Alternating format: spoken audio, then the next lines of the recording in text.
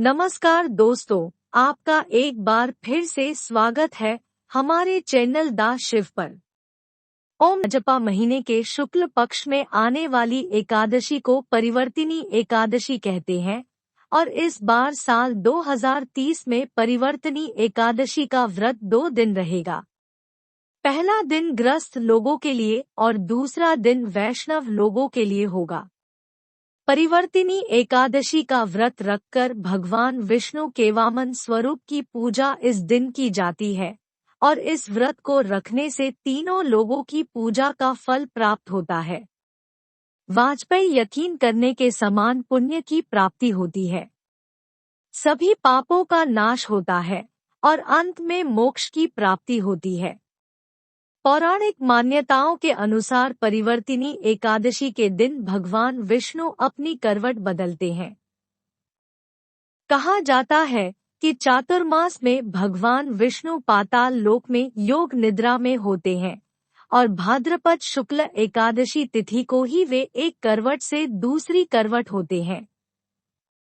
इसी वजह से भाद्रपद शुक्ल एकादशी को परिवर्तिनी एकादशी कहते हैं और ये एकादशी बहुत ही शुभ और फलदायी मानी जाती है। आज के दिन जो भी भक्त सच्चे मन से भगवान विष्णु की पूजा करते हैं, उपवास रखते हैं, भगवान विष्णु की कृपा से उनकी सभी मनोकामनाएं भी पूर्ण होती है। तो आइए आज के इस वीडियो में आपको बताते हैं इस बार परिवर्तिनी एकादशी का व्रत कब रहेगा और एकादशी और द्वादशी तिथि कब से कब तक रहेगी। जब व्रत 2 दिनों का है तो ऐसे में व्रत पारणा की तिथि भी 2 दिन है। तो ऐसे में पहले दिन उपवास रखने वाले भक्तों को कब और किस समय व्रत खोलना होगा, हरिवासर का समय कब से कब तक रहेगा, इन सब बातों की जानकारी देने से पहले मैं आप 25 सितंबर सोमवार के दिन जो व्रत रखा जाएगा वह गृहस्थ लोगों के लिए और 26 सितंबर मंगलवार को रहने वाला व्रत सभी वैष्णव संप्रदाय के और इस्कॉन से जुड़े हुए लोगों के लिए होगा। ऐसे में जो लोग सोमवार के दिन एकादशी का उपवास रखेंगे उन्हें 10वीं तिथि के नियमों का पालन रविवार के दिन करना होगा और जो लोग मंगलवार कितने एकादशी का उपवास रखेंगे उन्हें सोमवार के दिन 10वीं तिथि के नियमों का पालन करना होगा, लेकिन रविवार के दिन और एकादशी तिथि लग जाने पर तुलसी पत्र नहीं तोड़े जाते हैं। इसलिए आप हर हाल में शनिवार के दिन ही तुलसी पत्र भी जरूर तोड़ कर रख लें, क्योंकि भगवान के भोग में तुलसी पत्र अनिवार्य रूप से रखे जाते हैं, नहीं तो भगवान अपना भोग स्वीकार नहीं करती है। एकादशी तिथि प्रारंभ होगी 25 सितंबर सोमवार की सुबह 7:58 से, जिसकी समाप्ति 26 सितंबर मंगलवार की सुबह 5:01 तक हो जाएगी।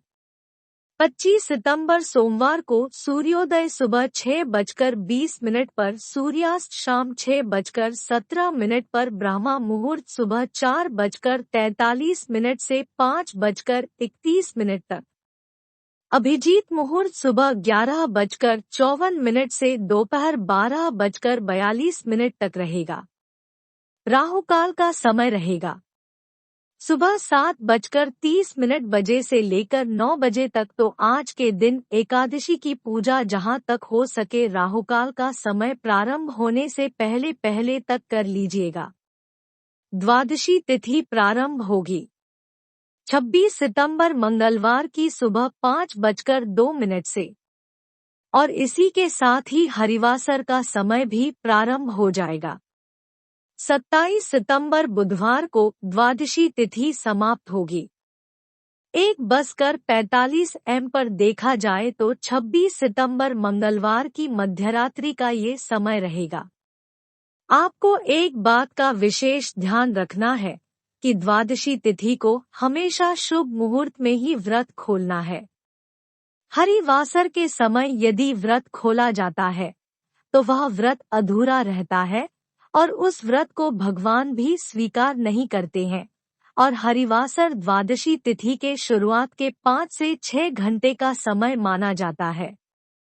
27 सितंबर मंगलवार को सूर्योदय सुबह 6:20 पर, सूर्यास्त शाम 6:16 पर, ब्रह्मा मुहूर्त सुबह 4:44 से 5:32 तक, अभिजीत मुहूर्त सुबह 11:54 से दोपहर 12:42 तक रहेगा।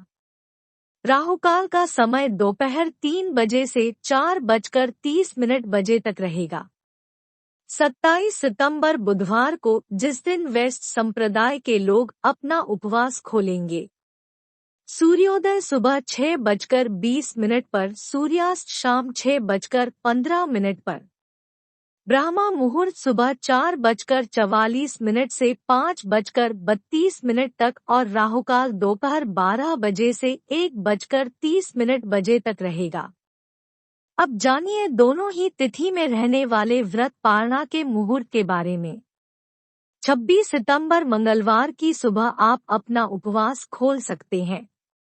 सुबह 10:45 से 11 बजे के बीच में। 10:45 से पहले कोई मुहूर्त नहीं है, क्योंकि इससे पहले तक हरिवासर का समय रहेगा और जो लोग मंगलवार को एकादशी का उपवास रखेंगे उन्हें 27 सितंबर बुधवार को अपना उपवास खोलना होगा। सुबह 6:20 से 6:40 के बीच इस बार व्रत खोलने का समय बहुत ही कम प्राप्त होने वाला है, इसलिए आपको शुभ मुहूर्त का ध्यान रखते वहीं एकादशी का व्रत खोलना चाहिए। एकादशी के दिन भगवान विष्णु का पीले फल पीले फूलों से पूजन करके अगले दिन व्रत खोलने से पहले अपनी सामर्थ्य के अनुसार कुछ ना कुछ दान दक्षिणा देनी चाहिए। कृष्णा पापनाशिनी पुण्य प्रदायिनी एकादशी तिथि सौभाग्यदायिनी, मनुष्य के सभी पूर्व पाप कर्मों को भस्म कर देने वाली कोई एक अग्नि है तो वो है भगवान श्री हरि के प्रिय एकादशी तिथि। ये दीदी भगवान को इतनी प्रिय है कि भगवान स्वयं ये वचन देते हुए कहते हैं कि जो भी व्यक्ति मुझे प्रिय इस एकादशी तिथि का श्रद्धा और नियम पूर्वक पालन करेगा, उसे मैं परम उच्च आध्यात्मिक गति प्रदान करूंगा। इस व्रत का पालन करने वाला मनुष्य अपने सभी पूर्व पाप कर्मों से तो मुक्त हो ही जाता है। अबे तो इस एकादशी तिथि में मनुष्य को जन्म मृत्यु के चक्र से मुक्ति प्रदान करने की भी क्षमता है। मैं ऐसी पवित्र एकादशी तिथि अगर चातुर्मास जैसे मंगलमय समय में आए तो उसका महत्व और भी बढ़ जाता है। और ऐसे सबसे महत्वपूर्ण एकादशी जो कि बस कुछ ही दिनों में आने वाली है, वो है चातुर्मास के भाद्रपद मास के शुक्ल पक्ष में आने वाली पार्श्व एकादशी। इस एकादशी को वामन एकादशी और जयंती एकादशी के नाम से भी जाना जाता है, क्योंकि इसके अगले दिन भगवान वामन देव का आविर्भाव हुआ था। इस एकादशी का एक और नाम है परिवर्तिनी एकादशी, क्योंकि चातुर्मास के 4 मास के दौरान यही वो समय है जब योग निद्रा में शयन कर रहे हैं भगवान विष्णु अपनी करवट बदलते हैं, और इसलिए इस एकादशी को परिवर्तिनी एकादशी के नाम से भी जाना जाता है। इस बार भी आने वाले पार्श्व या परिवर्तिनी एकादशी की निश्चित तिथि और तारीख को लेकर कुछ भ्रम फैले हुए हैं, तो हम आपके इन सभी संशयों का स्पष्टीकरण करेंगे और आखिर कौन से दिन इस एकादशी का पालन करना चाहिए ये भी बताएंगे। जो भाद्रपद मास के शुक्ल पक्ष में आने वाली पार्श्व एकादशी का पालन हम करेंगे।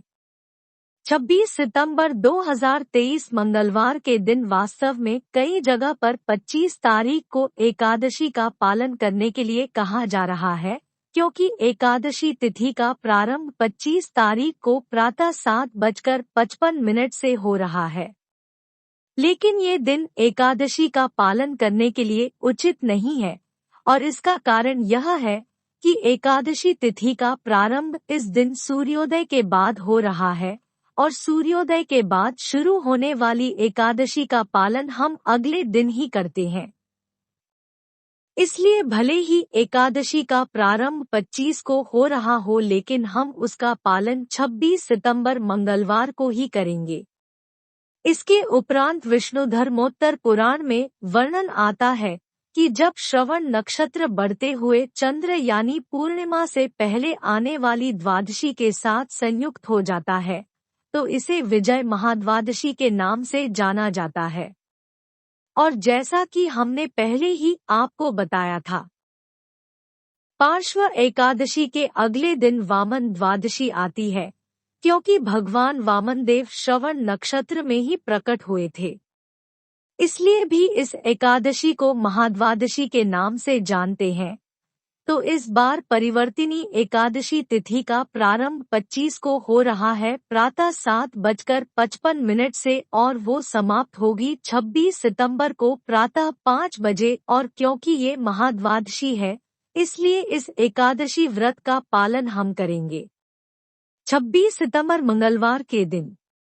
इस दिन प्रातः ब्रह्मा मुहूर्त का समय है 4:41 और सूर्योदय होगा 6:17 पर। अगले दिन इस व्रत का पारण हम करेंगे प्रातः 6:17 से लेकर 10:17 के बीच में। इस बार एकादशी और द्वादशी का एक साथ संयोग हो रहा है, इसलिए भी हम इस बार एकादशी का पालन 26 सितंबर को कर रहे हैं, क्योंकि जब एकादशी दशमी या द्वादशी से मिश्रित हो तो उसका पालन हम एक दिन बाद द्वादशी के दिन ही करते हैं। तो आशा है कि अब एकादशी को लेकर आपके संशय समाप्त हो गए होंगे और अब आप समझ ही गए होंगे कि इस बार आने वाली एकादशी का पालन हम करेंगे 26 सितंबर मंगलवार के दिन।